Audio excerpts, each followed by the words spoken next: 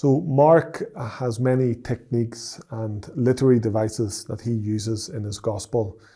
Perhaps the primary literary device that Mark uses is called the sandwich effect, where Mark will sandwich two events together that are connected to each other, and these two events will then be interrupted by something in the middle, and yet that forms part of a literary unit.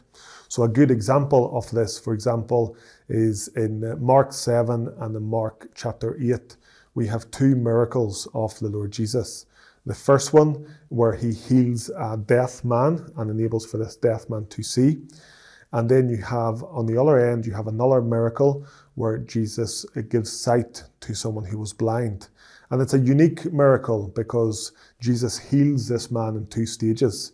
Initially, he touches his eyes and the man can see people, but he sees them like trees. And then after, Jesus restores his sight completely. And the reason why these two miracles are placed in this section of Mark is because at the center of the stage, we have the journey of the disciples towards discovery. They are trying to understand the identity of the Lord Jesus.